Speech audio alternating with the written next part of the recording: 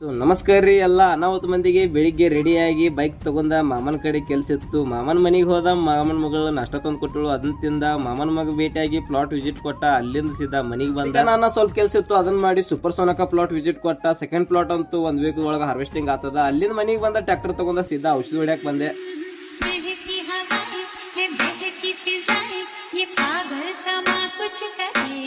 ಮಯೂರ್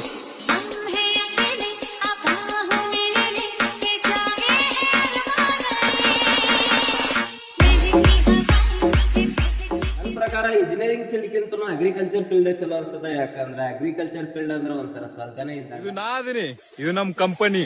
ಈ ಕಂಪನಿ ಮಾಲಕ ನಮ್ಮ ಅಪ್ಪ ಅದಾನ. ಮತ್ ಈ ಕಂಪನಿ ದುಡಿಯೋ ಆಳ ಮನುಷ್ಯ ನಾ ಅದೀನಿ. ಹೆಂಗ ಬ್ಯಾಂಕಿ ವಿಡಿಯೋ ಅಂತೂ ಇಲ್ಲಿಗೆ ಮುಗಿಸಿರ್ತಾನು. ನಾಳೆ ಬ್ಲಾಗ್ದಾಗ ನಮ್ಮ 14 ಎಕರೆ ಅಗ್ರಿಕಲ್ಚರ್